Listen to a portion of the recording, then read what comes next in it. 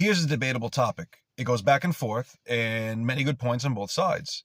So how do you all feel about eating pork and other animals and things that God said in the Old Testament? And I believe it was in Leviticus 11 and Deuteronomy 19.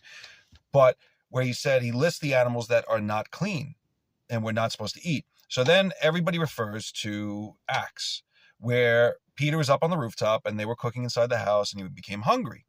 And the Lord said to him, Peter, go forth and kill and eat. And he said, not so, Lord, for I have never touched anything and never eaten anything that was unclean. Now in this chapter, people believe it just regards to food. But if you keep reading, is it about food? That blanket that comes down from heaven, it says all the creeping things on the earth, and it's a very good argument to have. But, and I'm not saying, eat whatever, listen, whatever you do, do it for the glory of God. But keep reading that chapter. And it's Acts chapter 11.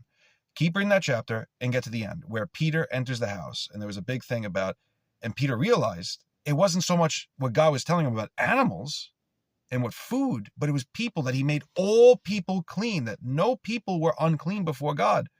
All were one before him in like faith. So this is another topic that comes up. Then people say, well, is it a sin? Is it not a sin? So they had a council, and it was the Council of Jerusalem. And you'll find this in, I have this written down, hold on, Acts chapter 15. This is one of the first councils of the early church. And you'll find all the big figures, and it was James, I believe, was leading it. And Peter was there with him, and there was Barnabas and Titus and Paul and all the early church leaders and whatever apostles were still alive. And they were all there. And they were gathered together to talk about, many times, and Paul talks about this in Galatians a lot, but where people came in to say, you have to be circumcised, you have to follow the law, you're not saved. And they came in the Council of Jerusalem, and it was Peter that stood up and said, how could this be? And how could we be that we put this burden that we were never able to bear, speaking of the Jews and them, that were never able to bear, and how could we put this onto them? Because Paul and Barnabas were telling about the great things that they did in all the cities of the Gentiles, the non-Jews, and how they were coming to faith. So they said that this is important here. They said, stay away from sexual immorality. All the sensual and sexual things of the world. Stay away from drunkenness. Be sober. Don't eat anything of blood or sacrifice unto idols.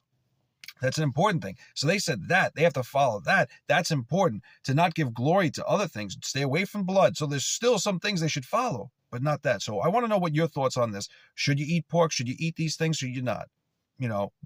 Listen, if you do, you're not damned. You have love and faith in God.